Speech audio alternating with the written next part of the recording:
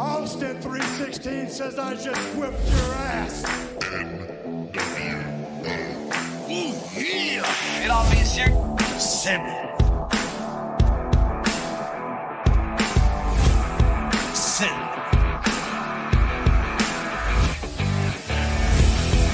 Pour la lutte, le catch, notre passion.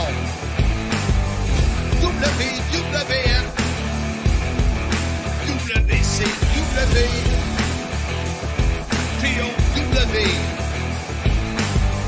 TNA, Impact Wrestling. Ici Marc Blondin. Bienvenue dans l'univers du Sim. Depuis 1986, je vous divertis et je continue à le faire. Ici l'incroyable Handsome GF, animateur du Sim. Soyez-y, mesdames, messieurs, le podcast des fans du sport spectacle. Mesdames, messieurs, bienvenue sur le podcast. Soyez-y, mesdames, messieurs, épisode numéro 133. Mon nom est Marc Blondin, Mr. Fun International, Top of the World, the original, vintage depuis 1958, self-proclaimed legend, The Mullet Man, l'homme au mollet d'acier. Bien oui, encore une fois, je suis seul. Deuxième semaine d'affilée pour le podcast Sim. Handsome JF ne retourne aucun de mes textos, aucun de mes messengers, aucun de mes appels, aucun de mes courriels. J'ai essayé par des amis qu'on a en commun. Ce que je vais faire demain ou après-demain, je prends mon auto, je m'en vais à Sainte-Julie, je sonne à sa porte ou je vais squatter sa cour jusqu'à temps que je lui parle. À un moment donné, il faut que ça arrête ces niaiseries-là.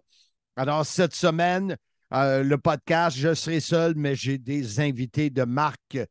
Invités de marque, jeu de mots ici.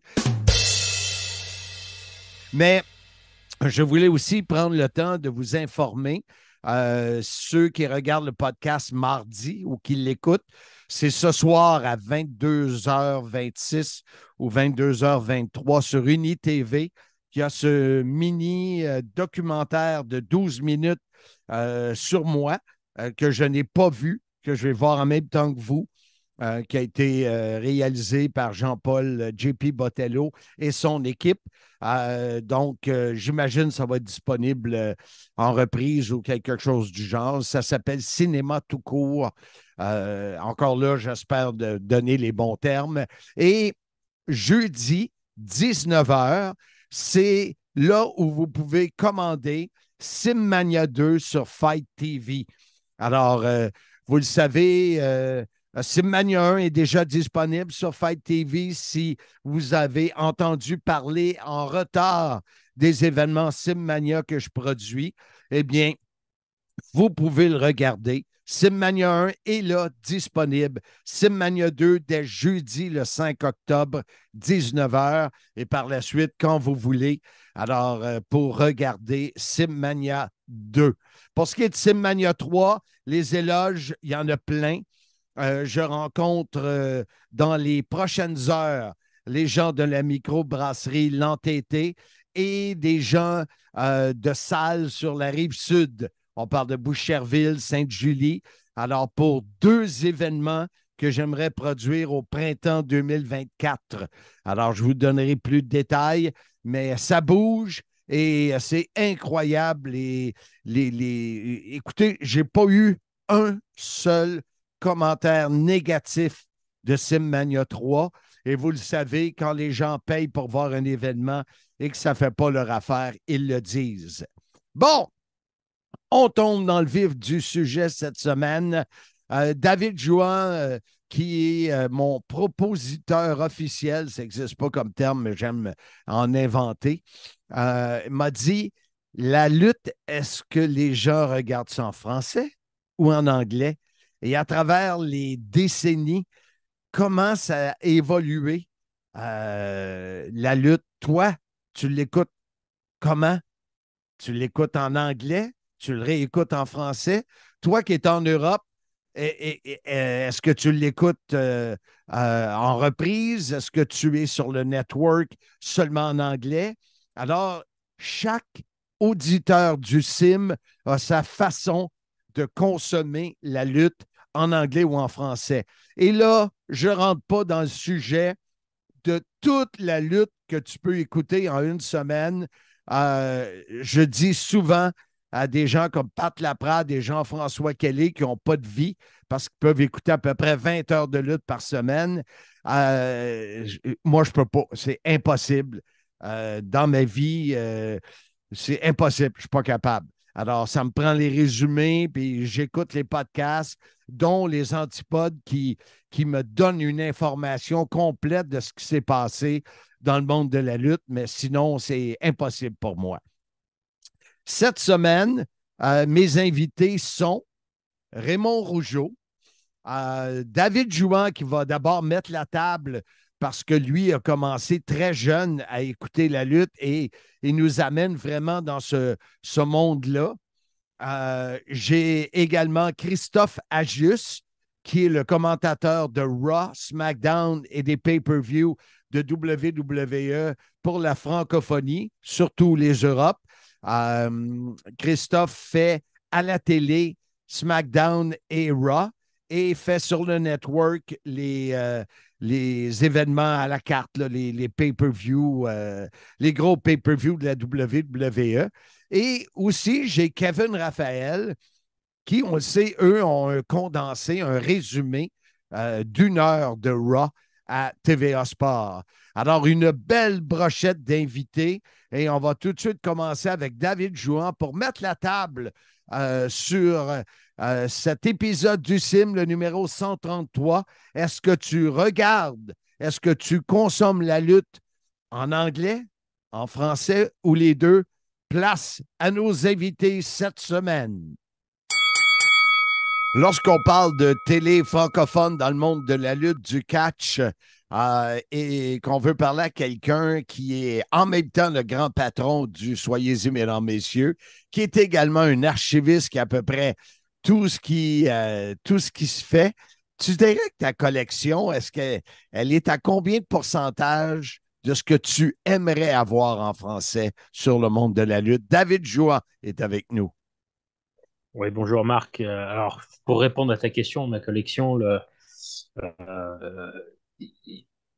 sur les dernières années, voilà, c'est assez facile de trouver des choses, mais malheureusement, sur les premières années, alors moi je cherchais forcément les années Canal+, mais les premières années avec Édouard Carpentier et Guy Yoret, ce sont des choses qui sont très très compliquées à trouver. C'est Est-ce assez que ancien, les gens est-ce n'avaient que, pas forcément de magnétoscope à l'époque. ouais, c'est ça. Mais est-ce que tu en trouves ou c'est terminé? Tu sais que tu n'en trouveras pas ou tu es toujours à l'affût puis vérifier si tu ne trouveras pas de quoi? Je suis toujours à l'affût parce qu'il y a des choses qu'on ne pensait pas trouver et que finalement tombaient. Là, j'ai une personne du côté du Québec qui a trouvé des anciens pay-per-view WCW de l'année 2000, donc que nous, on n'avait pas eu. Donc, ça a permis de compléter. Wow. Donc, je sais que pour la collection de ce qui est sorti sur le marché, qui a été en vente, là, par contre, j'ai la collection complète. Mais Wow. par contre, de ce qui est des événements diffusés à la télé, là, il en manque énormément, dont les Saturday Night Main Event, Oui, oui. qui sont assez compliqués à trouver. Écoute, j'espère que tu vas rajouter ce podcast devrait être disponible mardi. Oui. On va faire en sorte que oui. Donc, ce soir à 22h23 sur Unitélé, c'est le court documentaire que Jean-Paul Botello a fait sur moi. Alors, je ne l'ai pas vu. Alors, j'ai vu tantôt juste des images pour promouvoir la diffusion. J'espère que tu vas l'ajouter à ta collection. Et ben, alors là, malheureusement, étant en France, il va falloir que je trouve un relais vers chez vous pour pouvoir enregistrer ça. Et oui, forcément, ça fait partie des choses Nous, qu'on essaie de trouver. l'enregistre. Il faudrait voir comment je pourrais te l'envoyer, mais au pire, faut que tu aies ça dans ta collection.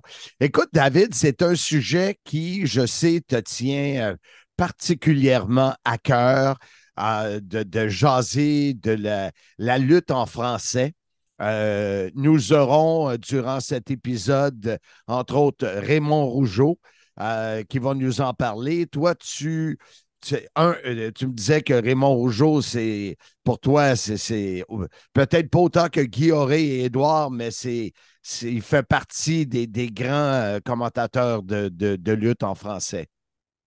Alors, oui, enfin, pour moi, j'assimile le catch à la voix de Raymond Rougeau. Comme j'ai déjà évoqué, moi, j'ai commencé un petit peu dans les années 90-93 à regarder, à devenir vraiment accro 94-95, et donc c'était Raymond Rougeau qui commentait. J'ai découvert après Édouard Carpentier et Guilloré, mais moi, j'ai vraiment découvert le catch avec Raymond Rougeau et Guilloré vers la toute fin, et ensuite avec Jean Brassard.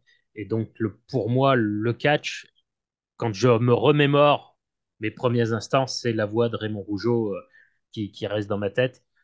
Et ensuite, toi et Michel Le Tourneur. Mais ce que je dis souvent, c'est nos premiers amours. Ça reste Mhm. les... Donc, la voix est très liée à la passion. Quand on demande aux gens ou qu'on se pose la question, est-ce qu'on regarde la lutte en anglais ou en français? Moi, le premier mot qui me vient en tête pour le passé, c'est la disponibilité. Parce que contrairement à aujourd'hui, où avec le network, avec tous les bidules inimaginables, tu peux avoir toutes les stations de télé au monde. Moi, ici, j'en ai 8000. Là. Fait que je peux écouter les nouvelles de la Russie. C'est pas un problème. Ouais, c'est un problème, parce que je ne comprendrai pas. Là. Mais et si on retourne comme toi dans tes débuts de fans 80, mettons dans les années 90, l'accessibilité, la disponibilité, tu avais comme pas vraiment de choix. Non, alors, nous, pour le commun du mortel, c'était Canal+, c'était le catch, c'était l'émission Les Superstars, c'était en français. Il y en avait quelques-uns qui avaient le satellite et il y avait la chaîne TNT qui était disponible. Donc, il y en a qui ont déjà découvert à l'époque, en 95, Nitro en anglais. Mais moi, je consommais la lutte en français. Je commençais à consommer la lutte en anglais avec la boutique dont on a maintes fois parlé, Catchmania, qui était sur Paris, donc qui vendait les VHS d'Angleterre. Et donc là, on avait les événements en version originale. J'ai eu cette période où, à un moment, après, je me suis mis à consommer en anglais puisque j'en voulais toujours plus. Et en France, tu l'as connu avec la WCW, même les événements étaient tronqués, étaient coupés. Donc le fait d'avoir la version originale, j'avais une demi-heure, j'avais des fois des combats en plus. Donc je me suis orienté vers la version anglaise en achetant mes VHS. Par contre, très vite, je me suis rendu compte que les événements que j'avais vus en français, ils restaient dans ma mémoire. Il y avait des choses qui restaient, alors que sur les événements que je consommais en anglais, je consommais et je passais à autre chose. J'avais moins de moments historiques qui restaient dans ma tête. Pourquoi tu avais, plus de. Tu te souvenais plus des moments historiques ou tu avais plus de mémoire de ce que tu avais regardé en français que ce que tu avais regardé en anglais? Pourquoi? Parce que, en fait, là, sur la version anglaise, je me suis rendu compte après coup que je regardais beaucoup plus les images, les combats, on va dire, que réellement les descriptions. Et que dans ma tête, on va dire, sur certains événements, il y a les matchs, forcément, ça reste l'atout principal, mais j'ai aussi des expressions, des échanges qui m'ont marqué, qui faisaient que des fois, j'ai souvent parlé de WrestleMania 9, qui n'est pas le meilleur des WrestleMania, mais les échanges entre Raymond Rougeau et Guy Yoret ont fait que j'ai adoré cet événement. Et donc, du coup, je retrouvais pas trop ça sur la version anglaise, parce que déjà, même à cette époque-là, je parlais pas trop anglais. Alors, ça m'a permis de me familiariser avec la langue anglaise. Mais très vite, je suis revenu vers la version française et puis c'était quelque chose d'assez intéressant de pouvoir revenir aussi sur le fait, est-ce qu'il faut tout traduire, est-ce qu'il faut en garder certains. Je veux dire, alors, il me semble que c'est Édouard Carpentier qui a trouvé le nom, mais le coup de la corde à linge. Mhm. Pour moi, voilà, quand je vois la prise à l'écran, même aujourd'hui, c'est le coup de la corde à linge, c'est pas autre chose. En C'est anglais, le je pense qu'ils disent Lariat, hein, je pense. au close line. Clothesline, ouais. Enfin, et voilà, typiquement, par contre, en français, voilà, ça percutait. quand on revoit les Survivor Series 90, les débuts de l'Undertaker, tout de suite, Édouard Carpentier et Guillauret commencent à essayer de dire comment on peut traduire ça pour nos amis francophones. De la vallée de la mort, The Undertaker, le croque-mort. Alors, voyons voir un peu quel est... Oh là là! Dis donc, il me fait frémir. Ça rappelle les films d'horreur. Les films d'horreur aussi. Oh là là! Alors tu l'as mentionné, le croque-mort. Oui, Celui qui ramasse les morts. l'entrepreneur de pompes funèbres, mais pour moi, c'est plus un croque-mort qu'autre chose. Regarde un peu la tête. Il est impressionnant. Il est impressionnant. Où est-ce qu'ils ont été le chercher, celui-là? Le fossoyeur. Le fossoyeur, oui, tiens, c'est pas mal. Le fossoyeur.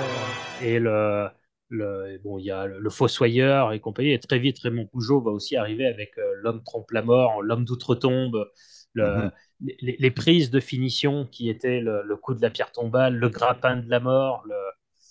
Voilà, tout ça sonnait dans ma Ouais. tête plus que le tombstone. Et ça aujourd'hui, il y en a plus ou beaucoup moins. C'est... Ouais, aujourd'hui, alors dans les descriptions en français, c'est une succession de descriptions des noms de prises. Alors je sais aussi qu'il y a beaucoup de fans qui détestent qu'on francise je sais pas si c'est français d'ailleurs comme nom ça, mais qu'on traduise toutes les noms de prises.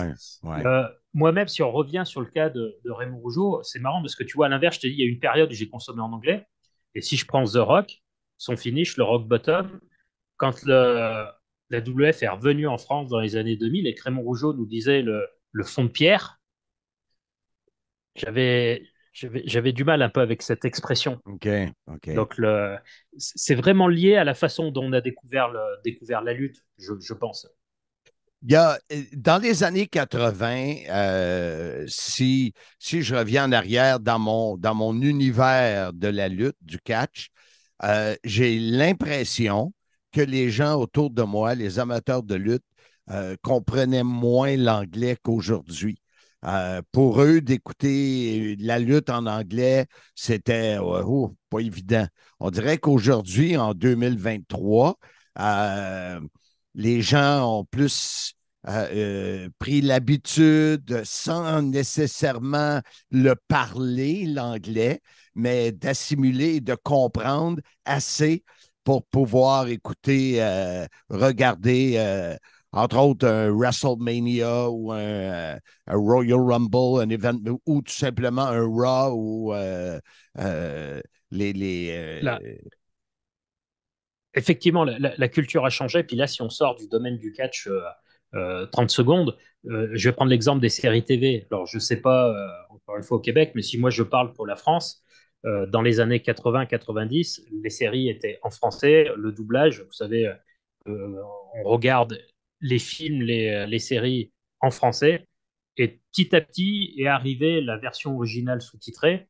Et avec déjà, il y avait deux clans, moi, à la fin dans les fin des années 2000, 2010, il y avait deux clans qui s'opposaient quand on parlait d'une série. Ah, mais tu devrais la regarder en VO, tu verras, c'est mieux. Il y a des jeux de mots qui sont mal traduits.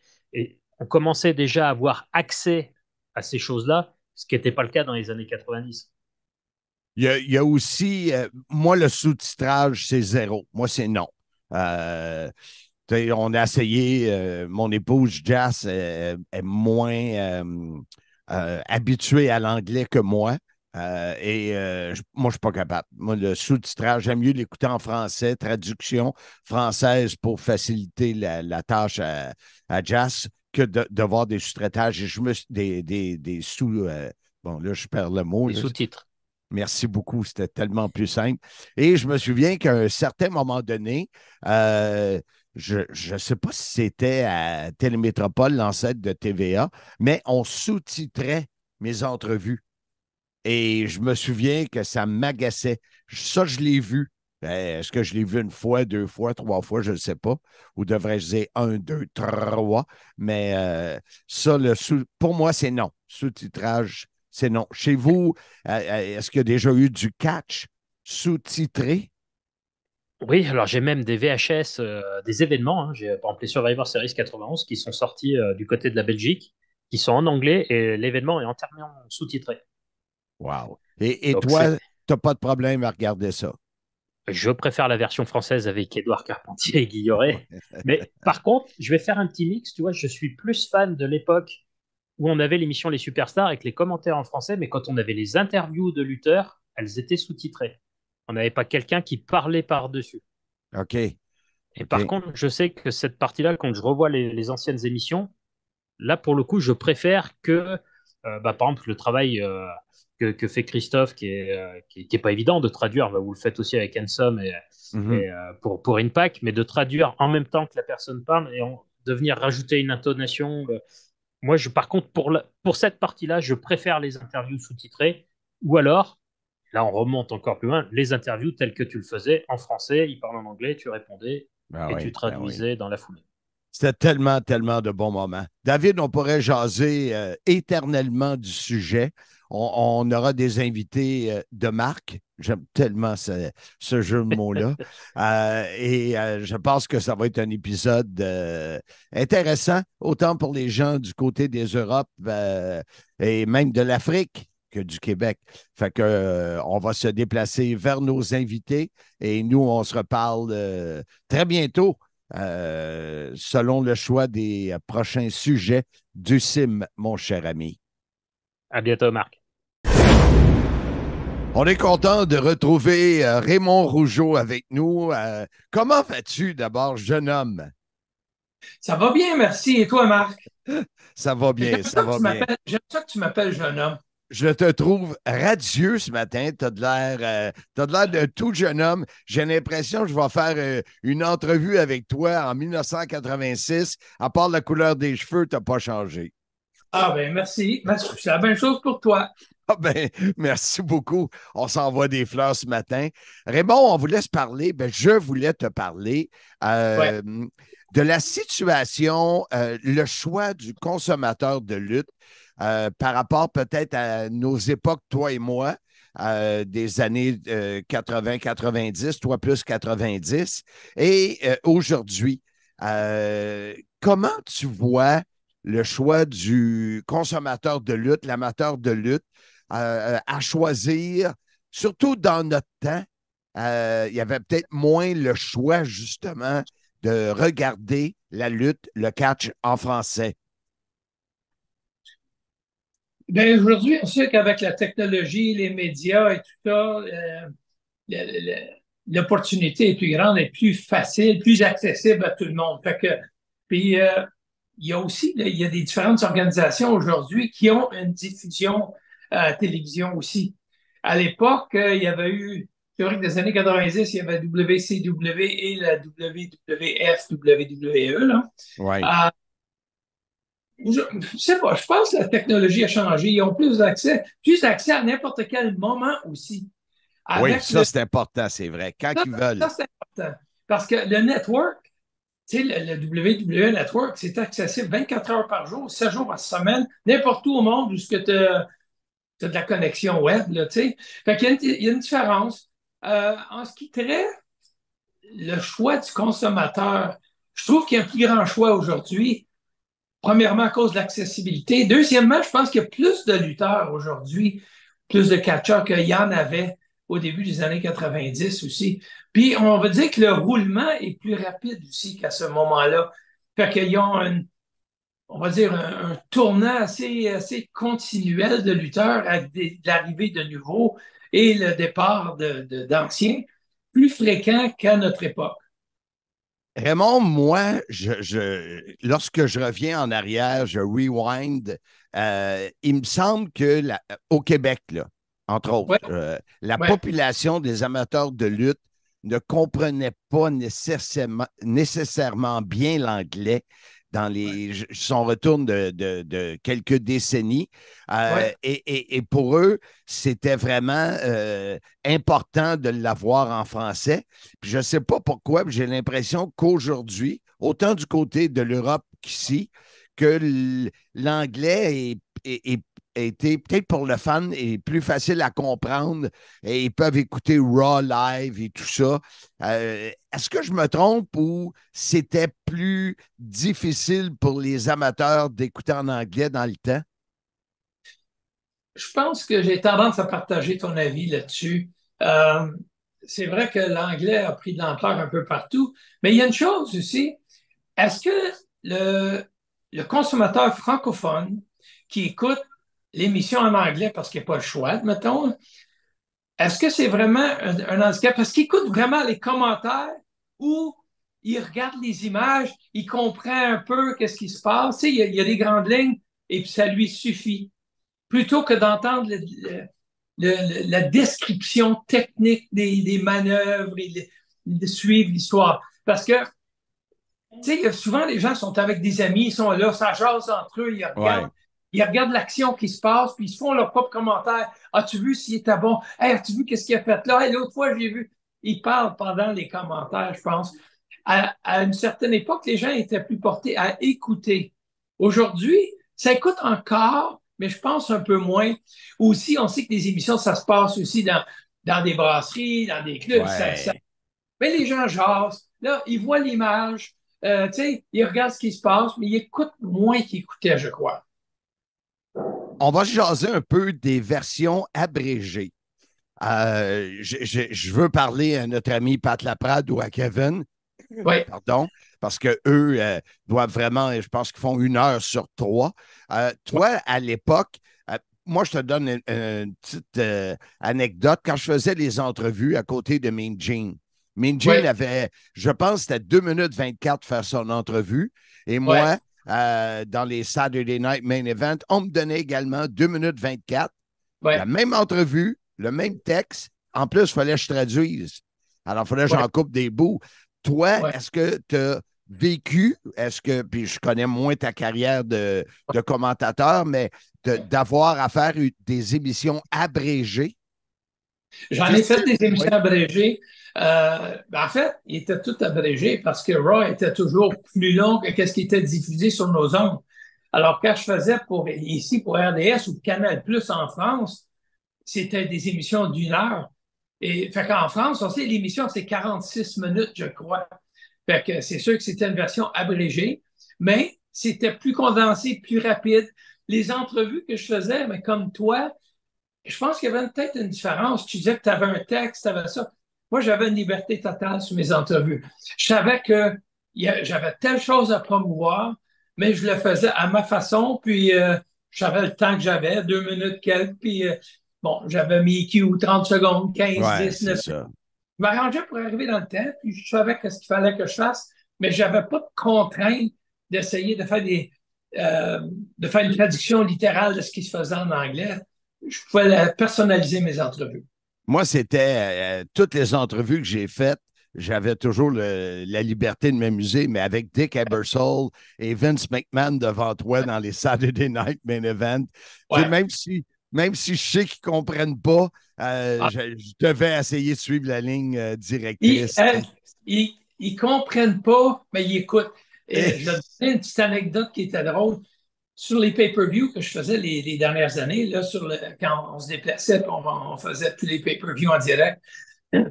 Avant, dans l'après-midi, on faisait toujours un test de son. On avait notre rangée internationale, fait qu'il y avait le chinois, l'anglais, français, l'hindou, japonais, en tout cas, toutes les langues. Et puis, fait qu'on faisait comme une répétition. En même temps, ils checkaient si le son était bien correct. Puis, à un moment donné, j'ai sorti Owen Hart, mais c'était Kevin Owen que je voulais dire. On parlait de Sami Zayn, Kevin Owen, mais c'était dans la répétition. Puis, je dis oui, Owen Hart. Puis, ça a sorti comme ça. Je ne m'en suis même pas rendu compte. Et puis, après ça, le producteur vient me voir. Il dit, Vince, il m'a demandé, il dit, Raymond, il a-tu vraiment dit Owen Hart? Fait qu'il dit, pense pas, mais il écoute. Ouais. Il avait compris, Owen Hart, c'était une répétition. Fait que là, j'avais dit à Jean, je fasse attention pour ne pas m'en faire là-dessus. Mais effectivement, on avait une responsabilité pour le contenu de qualité. Fait que comme toi, comme moi, on avait une responsabilité parce qu'on n'avait pas des gens, nos producteurs ne parlaient pas français. Alors, il fallait qu'on s'analyse nous-mêmes et qu'on décide si c'était à la hauteur et ce qu'on faisait était acceptable ou non. Un de tes grands fans, qui est celui qui gère mon podcast, c'est David Jouan en France. Et il m'a dit, l'impitoyable Steve Austin. Ouais. Ça, c'est la traduction que Raymond a choisie. Ouais. On a eu, jusqu'à un certain point, on devait décider si on gardait le nom, puis je pense que Édouard, Guy, toi, moi, on a tous eu à prendre cette décision si on traduisait un nom ou une prise. Ouais. Comment tu te sentais, toi, là-dedans? Parce qu'aujourd'hui, ils ne le font pas. Il y a zéro. Non, Il y a je sais, zéro. mais moi, j'avais toujours le souci de livrer de la marchandise francophone en français. Et ça, moi, ça m'a toujours agacé, les anglicismes. Quand on faisait nos émissions, les prises, jamais, si tu as écouté des émissions que je faisais les commentaires, je faisais l'analyse, j'employais jamais d'anglicisme sur les mots. J'ai trouvé des mots francophones sur toutes les prises. Wow. Les qualificatifs des lutteurs, qualificatifs francophones. Pour moi, c'était un respect de la langue française que si je diffuse une émission en français, ben, je vais me trouver, je vais me donner le travail, si tu veux, de trouver le terme correct francophone pour nos fans. Et puis d'ailleurs, c'est ce qui avait, je pense, été bien apprécié avec les commentaires. J'ai fait pendant 13 ans en France. C'était que j'avais traduit justement tous les noms, on va dire les qualificatifs des lutteurs et les prises. J'avais tout fait les traductions de ça. Et d'ailleurs, la dernière fois, quand ils ont renouvelé mes papiers de travail pour les États-Unis, quand j'avais recommencé les pay-per-view, ça avait été cité par Michael Cole, qui avait écrit pour l'immigration, dire pourquoi que, bon, j'avais un talent exceptionnel, blablabla.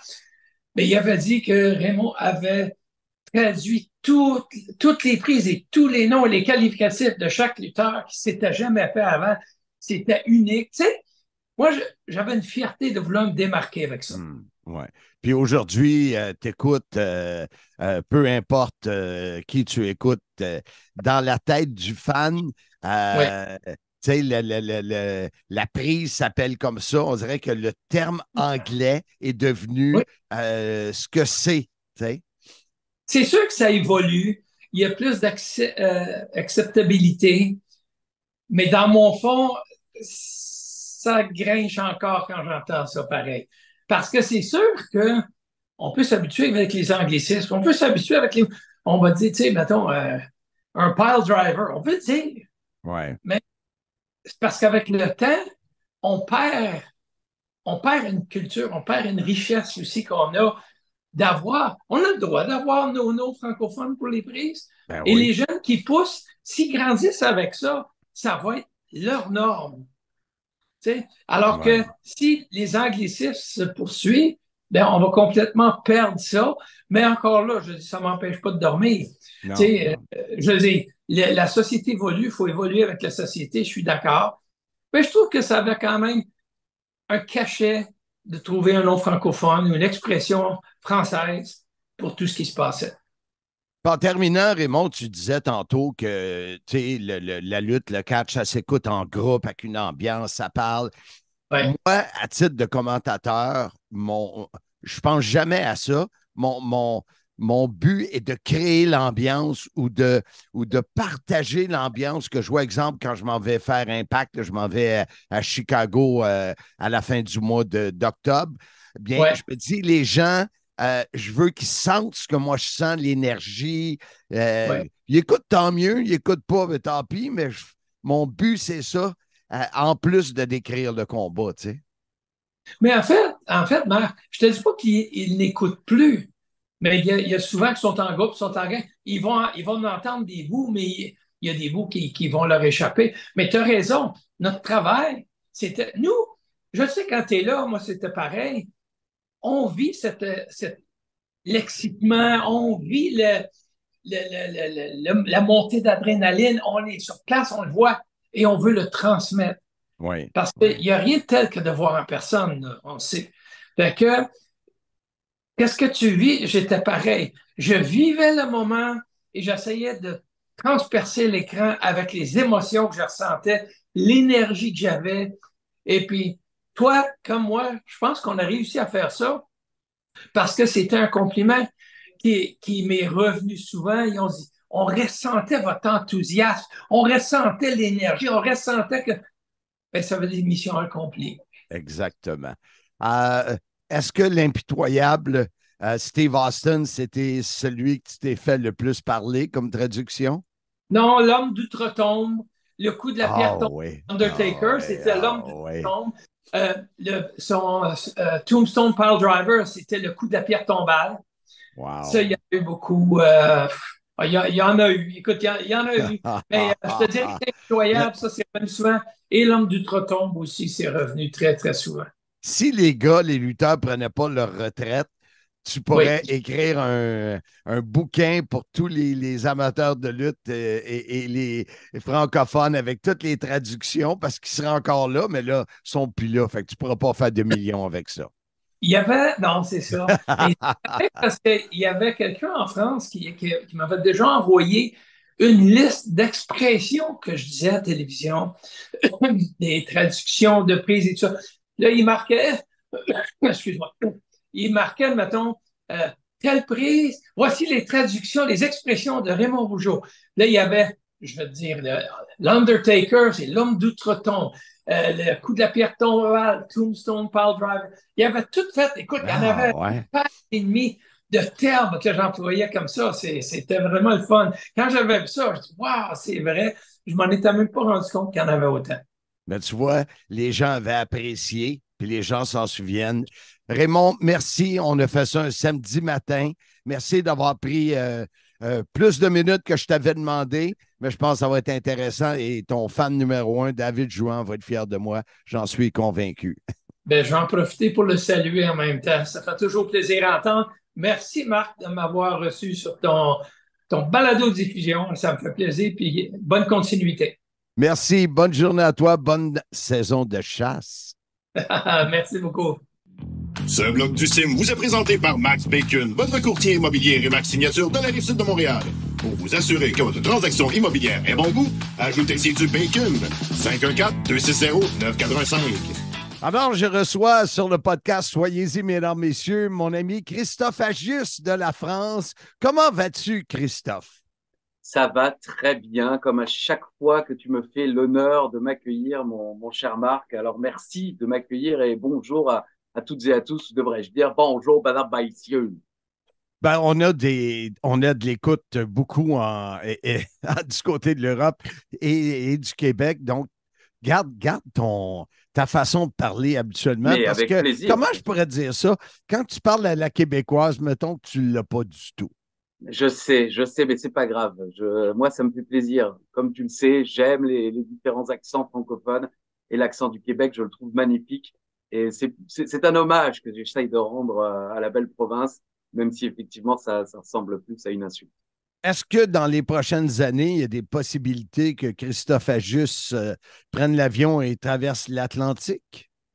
Ah bah avec plaisir. J'avoue que je suis déjà venu quelques fois au Québec. On a eu la chance, j'ai eu l'honneur de dîner à tes côtés. C'était d'ailleurs délicieux. Bon, évidemment, j'ai dû payer le repas, mais enfin ça c'est un autre débat. Mais en tout cas, moi j'aimerais bien. Après, sur le plan personnel, sur le plan professionnel, c'est facile. Il suffit de sortir le chéquier. Il y a encore des chèques au Canada? Oui. Bon, on fait beaucoup de transferts, oui. Moi, quand quelqu'un me demande de faire un chèque, là, je te dis, je le regarde comme s'il était un dinosaure. Allons dans le vif du sujet. Allons-y. Écoute, la lutte, le catch, en anglais ou en français. Toi, tu approches tes 23 ans de carrière comme commentateur. Ce que je jasais avec, entre autres, Raymond Rougeau, David Jouan, c'est le fait que quand moi j'ai commencé, il y a plusieurs décennies, autant les Européens que les Québécois, j'ai l'impression que l'anglais était moins... comment je pourrais m'exprimer ce matin? Les gens avaient plus de misère à comprendre l'anglais. J'ai l'impression qu'aujourd'hui, en 2023, les gens, même s'ils ne comprennent pas tout en anglais, peuvent regarder un SmackDown ou un Raw ou encore un WrestleMania dans la langue, ce qu'on appelle la version originale. De ton côté, quand tu as commencé, c'était un besoin réel et les fans n'avaient pas l'opportunité d'avoir ce qu'ils ont aujourd'hui, entre autres avec le network. Alors oui, le besoin réel de la version française, tu veux dire. Oui.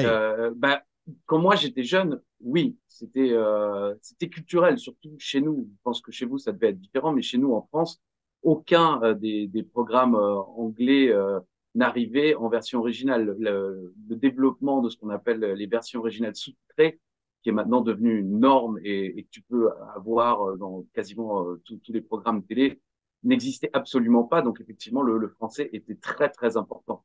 Il y a eu un changement au début des années 2000 où l'anglais est devenu beaucoup plus accessible, notamment avec les films, les séries qui étaient diffusés à partir de ce moment-là en version sous-titrée. Mais c'est vrai que dans les années 80-90, tout était francisé, comme on dit. Donc effectivement, les gens parlaient beaucoup moins bien anglais, même dans la population en général, pas que les fans de catch. L'anglais, maintenant, c'est vraiment beaucoup développé, je pense, grâce aux sous-titres dans les films et les séries.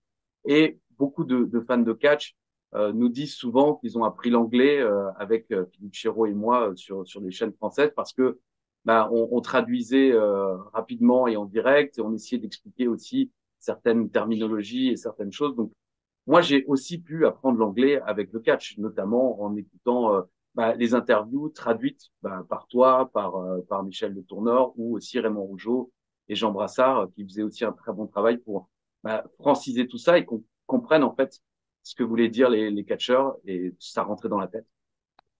Quand tu croises des fans français, est-ce que ça arrive qu'ils te disent qu'eux regardent plus en anglais?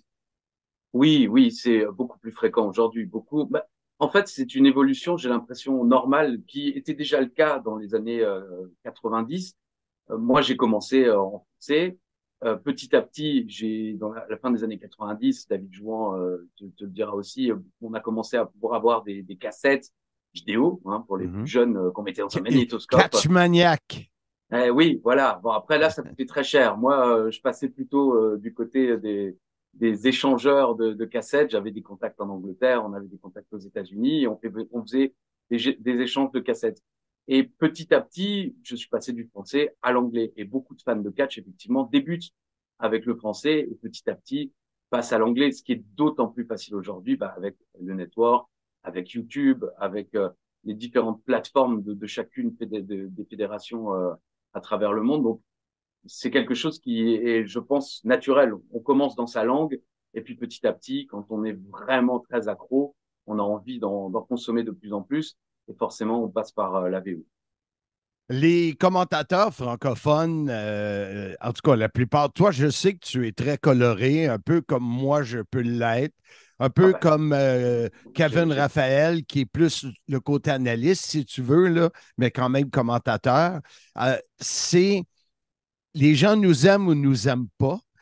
Heureusement, il y en a plus qui nous aiment qu'un nombre qui ne nous aime pas, mais cette couleur-là doit nous aider. Moi, c'est aux 3 mois que je le fais avec Impact. Toi, c'est à chaque semaine. Cette couleur-là doit aider à garder un certain... retenir un auditoire de catch parce qu'ils aiment votre duo, ils aiment votre humour, votre énergie, plus peut-être que juste d'écouter en anglais. Penses-tu que c'est un facteur positif? Oui, après, tu me connais, je ne suis pas du genre à me mousser moi-même. Comment? J'ai pas compris. Putain, la vache, je comprends pas un mot de ce que vous racontez. Allez-y, excusez-moi, reprenez depuis le début, je vous écoute. Je ne suis pas du genre à me mousser moi-même. Mais personne dit ça. Je vais me faire mousser moi-même. Non, mais je sens bien que vous essayez de me dire quelque chose, mais c'est de vous la phrase ou vous l'avez entendu ça? Parce que me mousser moi-même, l'expression n'existe pas, mais certains pourraient le prendre de manière un petit peu détournée. Ben, moi, je trouvais que ça sonnait bien. Ah oui, mais ça peut paraître sale. Mais quoi qu'il en soit, beaucoup de téléspectateurs nous disent fréquemment qu'ils regardent en anglais une première fois et qu'ils vont quand même regarder à la télévision française pour avoir notre version, parce qu'effectivement, comme tu le dis de manière si poétique, on est un peu plus coloré. Je le suis un petit peu moins sur le network parce que là, je travaille directement pour la WWE et que de fait, les gens qui sont abonnés au network sont vraiment des gens fans de la WWE qui veulent une version WWE en quelque sorte. Mais à la télévision, ce sont des téléspectateurs, ils ont une télécommande et effectivement, ils peuvent connaître parfaitement la WWE et d'autres pas du tout. Et à tout moment, ils peuvent appuyer sur le bouton. Donc, notre but à la télévision, principalement, c'est de garder les gens. Donc, on essaye effectivement d'apporter une touche un peu plus personnelle et un peu plus, ben oui, comme tu l'as dit, de couleur, de folie. Ça me surprend ce que tu me dis. Ah, je suis ravi qu'à ton âge, on arrive encore à te surprendre. Oui, exactement. Et puis, pas juste quand je regarde ma balance là, pour. Ah oui, bon, là, tu n'es plus surpris, tu es pour le député, poids. c'est pas la même chose. Non, mais je suis surpris que ça ne diminue pas.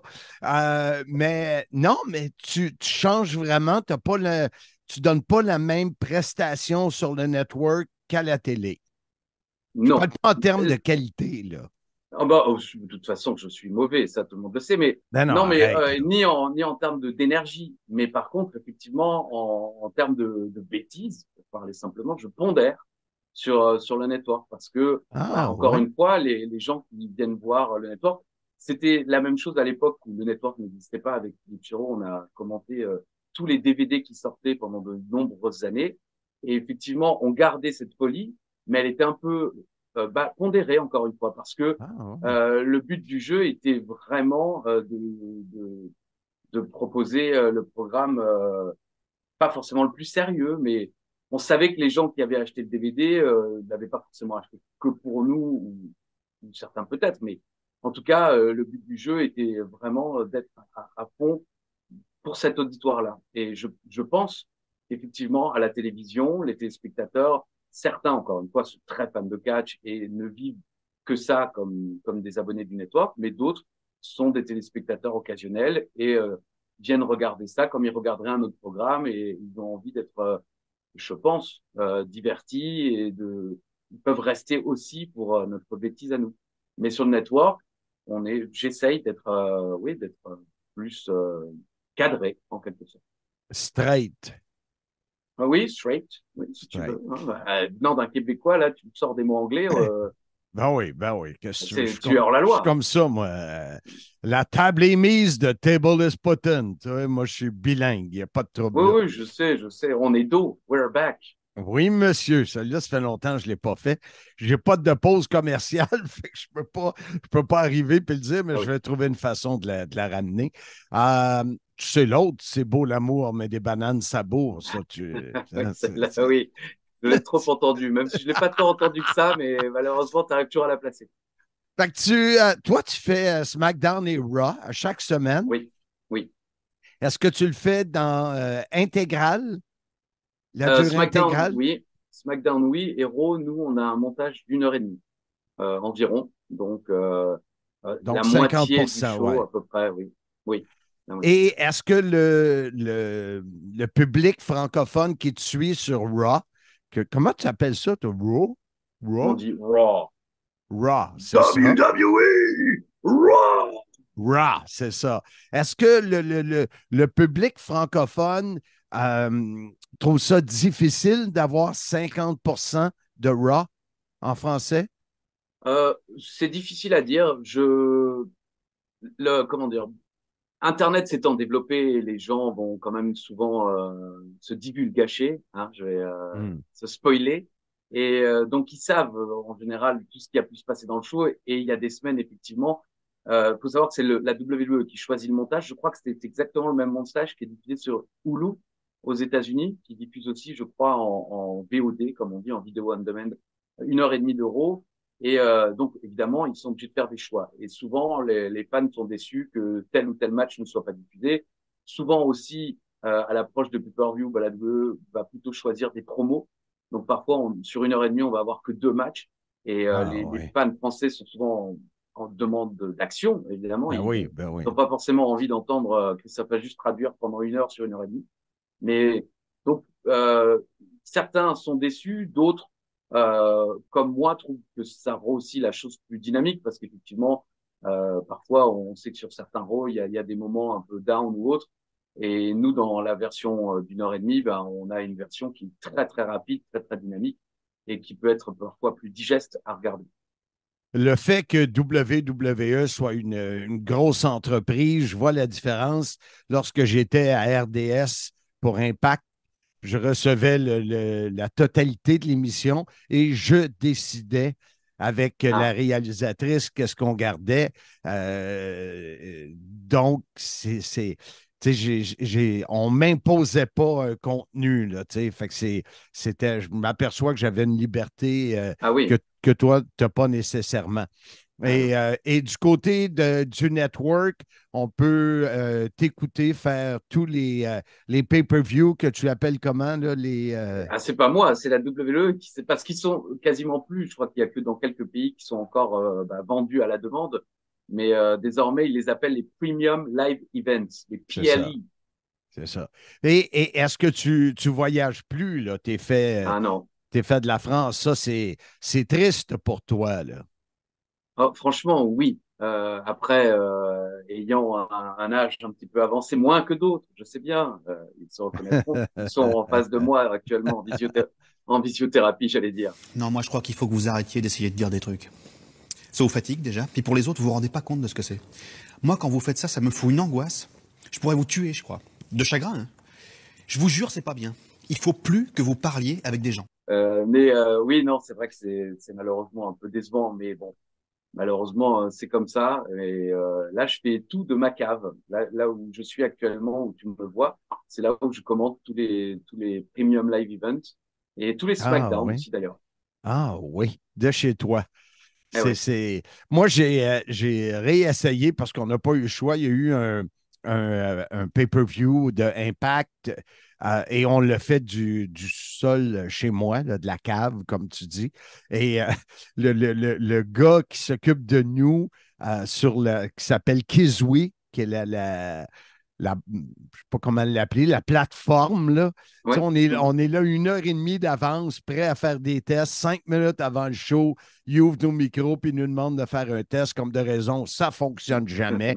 Alors, on a travaillé un pay-per-view de 3 heures à un microphone, Ansem et moi. Aïe, aïe, aïe. T'imagines comment je bouillais en dedans. Puis à chaque fois, c'est pareil. Donc, on essaie par tous les moyens. Ça va être le cas. Je m'en vais à Chicago là, dans 3 semaines faire Bound for Glory et en profiter un peu pour visiter la ville. Si tu veux te joindre à moi, il n'y a pas de place. Il n'y a pas de trouble, je veux dire. Le lapsus est révélateur. Il n'y a pas de place. Je lis mes notes, puis c'est marqué « Faire semblant de l'inviter ». Oui, voilà. Oui. Écoute, Christophe... moi, je lis les miennes et l'envoyer chier. Donc, voilà. Merci.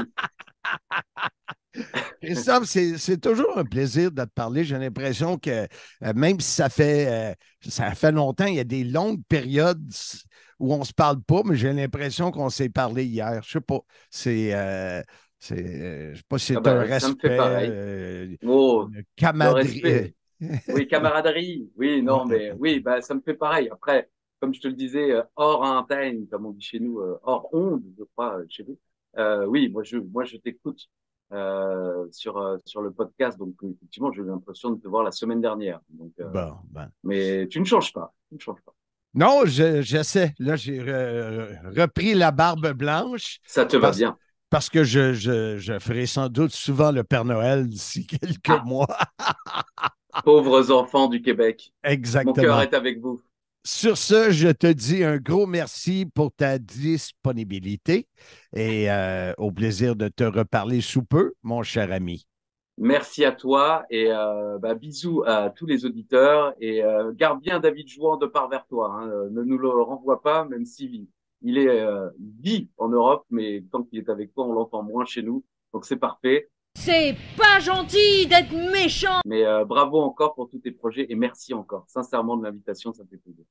J'espère que tu savais que David est maintenant le PDG du CIM. C'est lui qui a acheté les droits et tout ça. C'est pour ça que je peux prendre ma retraite sous peu. Ah oui, j'imagine. Effectivement, il a dû te payer en saucisse et en alcool.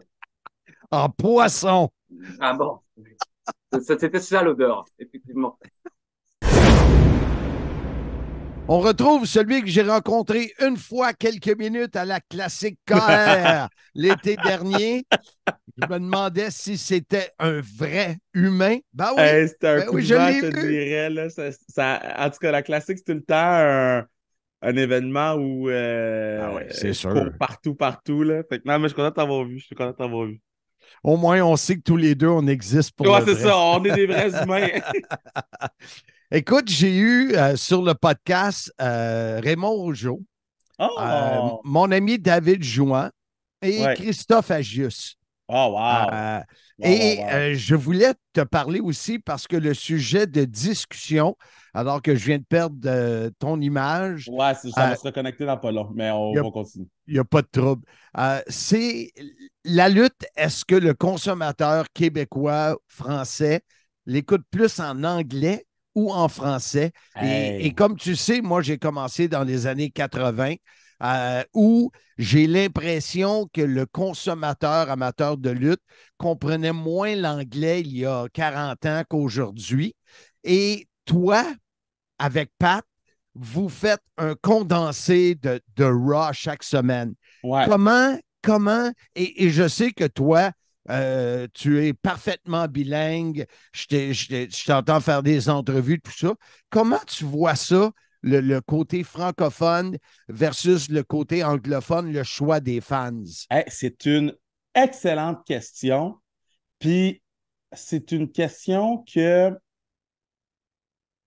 quand j'ai commencé à TVA Sport, je me le posais beaucoup. Quand j'ai fait, tu sais, vont-tu vraiment nous écouter? Ils écoutent Raw déjà. Ils l'écoutent à USA Network, ils écoutent SmackDown à Fox. Pourquoi ils nous écouteraient en français? Puis, je me rends compte de plus en plus, puis je pense que les shows à Québec me l'ont confirmé. Il y a beaucoup de gens qui n'écoutaient plus la lutte. Leur seul lien avec la lutte, c'est nous autres à TVA Sport, vous autres avec Impact, quand AEW était à RDS. C'est ça le lien que ces gens-là ont avec le monde de la lutte parce qu'ils n'iront pas l'écouter en anglais. Puis souvent, je me suis rendu compte, ils n'ont pas le poste. Ouais. Parce qu'il faut payer. Puis là, maintenant, en tout cas, avec comment tous les câbleaux distributeurs sont setés, ben, un 20$ de plus pour avoir TSN juste pour écouter TSN, excuse-moi, Sportsnet pour écouter Raw et SmackDown. Est-ce que ça devient intéressant? T'sais, un 20$ de plus pour écouter Collision, Dynamite, est-ce que ça devient intéressant? Surtout avec comment tout coûte cher en ce moment. Donc là vient le temps où j'écoute déjà les games du Canadien à TVA Sport ou à RDS. J'ai mon offre de lutte qui vient avec. Je vais l'essayer comme ça. Puis je trouve que c'est super intéressant comme question parce que même dans la traduction, nous autres, tu sais, moi, j'essaie de traduire ça vraiment à ma façon. Là. Fait que, oui, il y a des anglicismes, puis oui, c'est pas français parfait, puis je le mets à ma couleur. Là. Mais je trouve ça super intéressant comme question. Est-ce que les fans de lutte, je pense que les fans de lutte l'écoutent plus en anglais, la majorité. Le vrai fan. Le vrai fan l'écoute plus en anglais. Tu as des fans qui l'écoutent en français puis en anglais. Il y a beaucoup de gens qui me disent que je l'écoute en français puis en anglais. Puis après ça, tu as les gens qui étaient déconnectés de la lutte qui l'écoutent juste en français. Qui sont des amateurs occasionnels, peut-être. Des amateurs occasionnels, des amateurs qui ils vont l'écouter quand ils pognent. J'ai beaucoup de gens qui me disent hey, je ne savais même pas que tu faisais la lutte. Ça fait 7 ans qu'on fait la lutte. Tu sais. Ouais, je pense que c'est vraiment des amateurs occasionnels. Puis, j'aime l'idée de penser que c'est correct. Tu sais, c'est bien correct. Là. Ils peuvent l'écouter comme ils veulent tant qu'ils l'écoutent. Puis tant que quand on le fait en français, ils respectent le fait qu'on le fasse en français. Tu sais, il y a aussi le fait, je parlais avec Christophe Ajuste, puis il m'a surpris en me disant que quand il fait Raw et SmackDown sur AB1, je pense, là, dans les Europes, comme j'aime le dire, il met beaucoup plus de couleurs, un peu plus de je ne veux pas dire niaiserie, là, mais plus de couleurs, disons. Et on fait la même chose, c'est local. Quand il fait le network, donc les gros pay-per-view WWE, il est beaucoup plus straight. Ça m'a surpris parce qu'il dit le fan qui écoute le network, c'est un fan, tu sais, un fan pas fini, je ne veux pas y mettre des mots qu'il n'a pas dit, là, mais un vrai fan de lutte. Tandis qu'à la télé, Tu sais, c'est des gens qui ont le choix de changer de poste. Lui, il voyait ça comme ça. Toi, Mais je trouve je que sais que c'est vous mettez excellent. beaucoup de la couleur, là, vous autres aussi. Je trouve que c'est excellent comme analyse. Puis je trouve aussi. Je trouve que c'est vraiment une belle analyse, en fait. Parce que, oui, le fan de lutte qui l'écoute à WWE Network, Peacock, whatever, a choisi. Lui, il a décidé que ce dimanche, ce samedi, j'écoutais la lutte. Il y a beaucoup de gens qui l'écoutent à TV Sport qui tombent dessus. Donc, après ça, tu sais, c'est de voir, c'est quoi qu'on qualifie comme vrai fan de lutte, puis comme fan occasionnel, puis tous ces trucs-là, parce que, exemple, mes parents, c'est des fans finis de lutte, finis. C'est eux qui m'ont initié à la lutte, mais ils ne vont pas écouter Raw chaque semaine. Je trouve ça lourd écouter Raw chaque semaine, mais eux, là, ils connaissent tous les lutteurs, puis ils manquent jamais un pay-per-view, puis, tu sais, si Roman Reigns est à SmackDown, ils vont l'écouter. Si OK. Roman Reigns n'est pas là, ils ne l'écouteront pas. OK. C'est des fans finis, puis c'est pas tant des fans occasionnels parce qu'ils sont investis émotionnellement dans les histoires, puis ils se tiennent au courant des histoires, mais c'est des fans de ben, regarde, moi, j'ai mes préférés, puis moi, il faut que ce soit un événement qui vale la peine parce qu'il y a beaucoup d'heures de lutte à la télé. Tu sais, hier, on a fini je ne sais pas quand le podcast va sortir, mais hier, on a fini Wrestle Dream AEW. Mais il y avait NXT No Mercy avant, il y avait SmackDown avant, il y avait Collision le samedi, il y avait Rampage le vendredi, il y avait Dynamite le mercredi, il y avait Impact le jeudi, puis il y avait Monday Night Raw le lundi. C'est fou, là.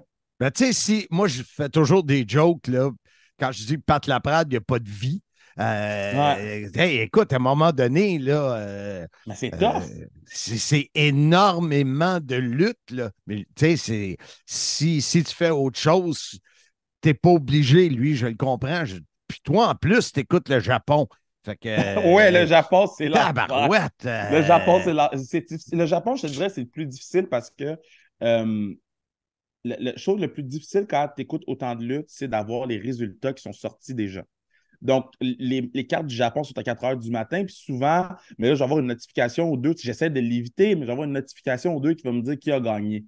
Puis ça, je trouve ça difficile parce qu'après ça, là, tu écoutes le show, mais tu sais déjà qui a gagné. Ben oui. Fait que c'est bon. Mais comment, toi, en tant que fan,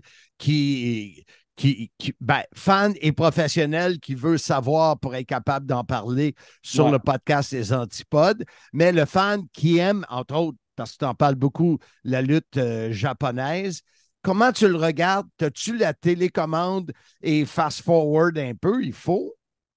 Souvent, je vais fast-forward les entrées. Sinon, j'essaye le plus possible de regarder le match au complet parce qu'il y a tout le temps des petits trucs qui arrivent, il y a tout le temps des...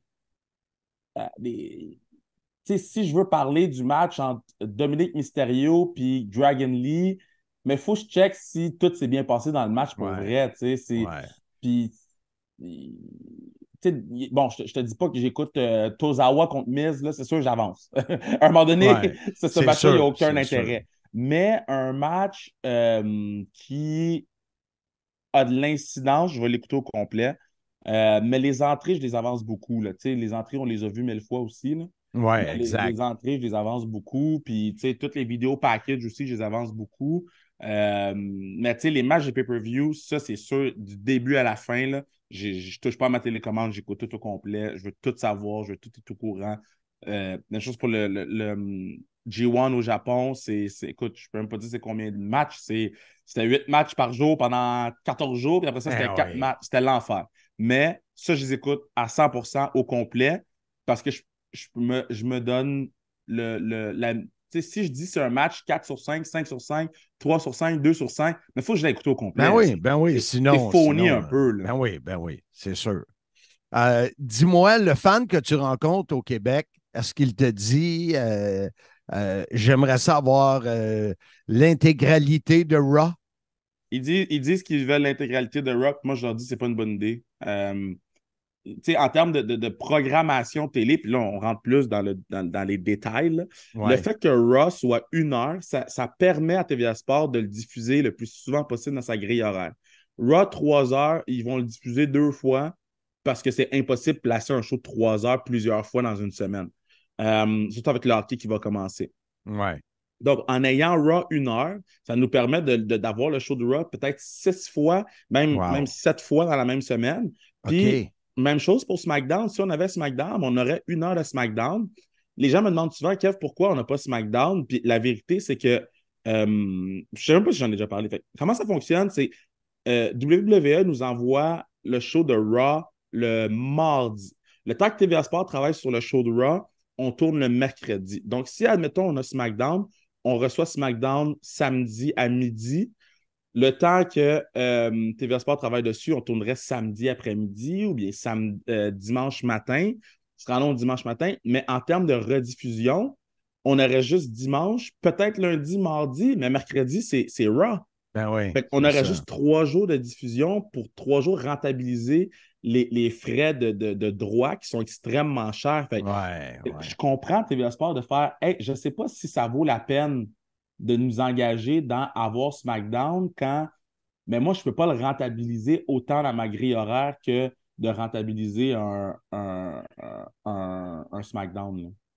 Quand je parlais avec M. Agius, qui souligne cette année, en février, 23 ans derrière le micro à commenter WWE. Écoute, il me disait que lui, c'est WWE qui envoie le show d'1 heure et demie, qui condense Raw d'1 heure et demie. Moi, je lui disais que quand j'étais à TNA, à RDS, je recevais l'intégrale du show et avec la réalisatrice, je choisissais le package pour faire 1 heure. Toi, tu n'as pas cette liberté-là. Non. Nous, je reçois mon run sheet là, de ce qui va être à TV, puis that's it. J'adore. Je ne savais pas si toi qui choisissais les segments, mais je te dirais, j'aimerais ça choisir les segments. C'est sûr. C'est sûr que des fois, tu dois dire, c'est pas vrai, j'aimerais bien mieux avoir ça, ou pourquoi ils m'ont mis ça, c'est certain. C'est certain. Très souvent. Puis, tu sais, surtout, on veut mettre nos Québécois à la télé. Là. Ouais. Puis des fois, tu as Sami Zayn sur le show, tu as Kevin Owens, puis tu es comme, mais comment ça se fait qu'il n'y a rien qui se passe? Comment ça se fait qu'on n'a pas nos 2 Kebs dans le marché québécois? C'est pour ça que tu fais, hey man, c'est le même show pour tout le monde aux États-Unis. Là. Tout le monde a la même chose, on va arrêter de chialer, puis c'est ça, tu sais. Ça, lui, il disait que des fois, ils mettent beaucoup, beaucoup de promos, puis des fois, en 1 heure et demie, il y a 2 combats. Fait qu'il dit, c'est sûr que le monde aimerait voir plus d'action, mais il dit, qu'est-ce que tu veux?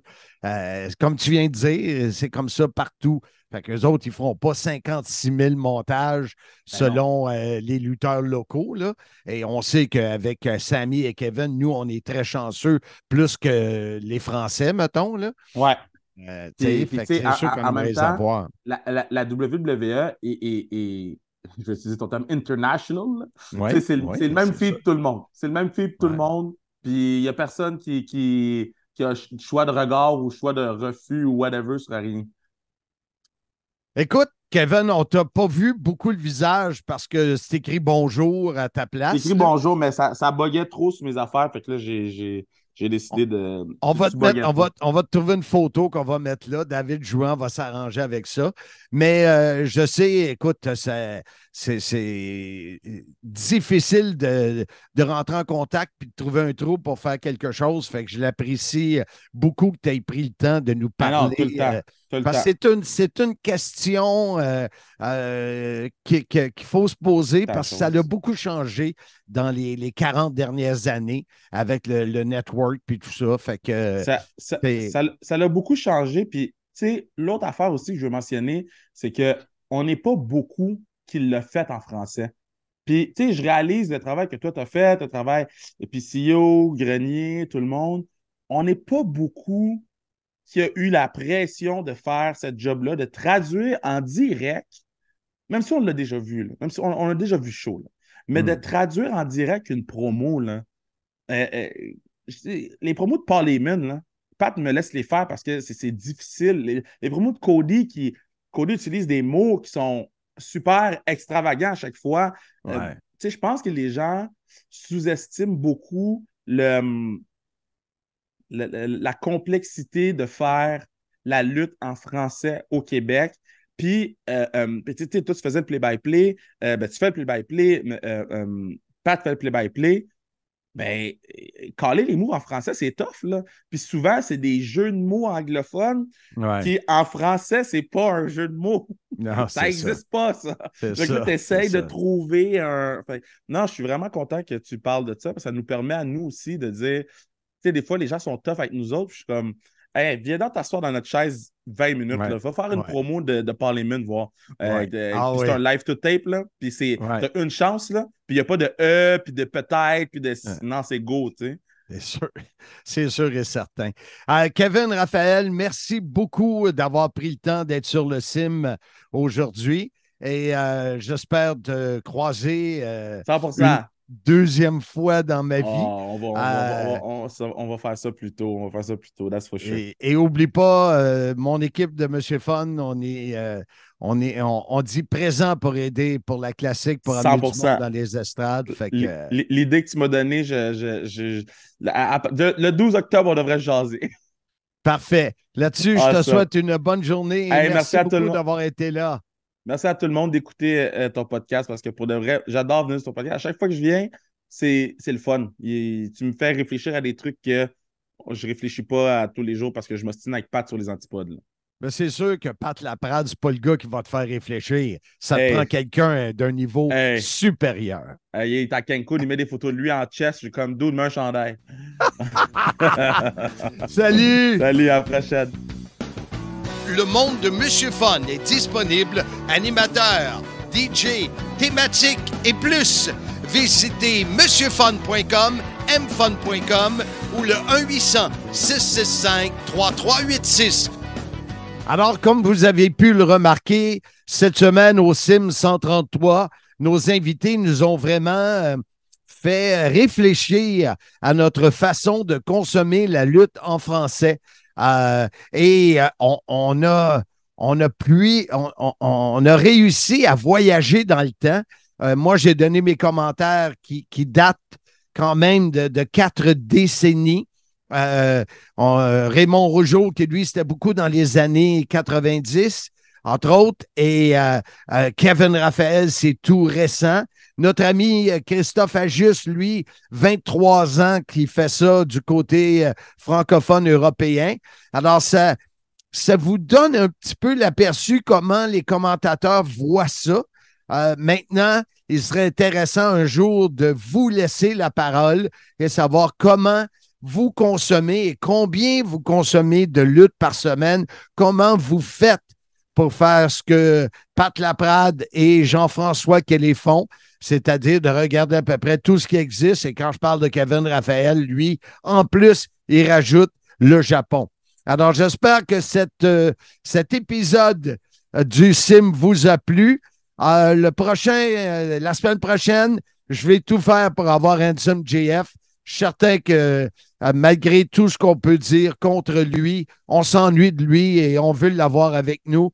Alors, je vais aller squatter sa cour ou le devant de sa maison pour être capable de lui parler et essayer de rentrer du gros bon sens dans la tête pour qu'il soit avec nous la semaine prochaine, alors que le sujet sera la retraite. Et quelle bonne idée d'avoir Handsome JF là, lui qui a dû prendre sa retraite, mais qu'il n'accepte pas sa retraite. On va parler avec plein d'invités sur le sujet de la retraite du monde de la lutte. Ici Marc Blondin. D'ici la semaine prochaine, je vous dis, soyez-y, mesdames, messieurs.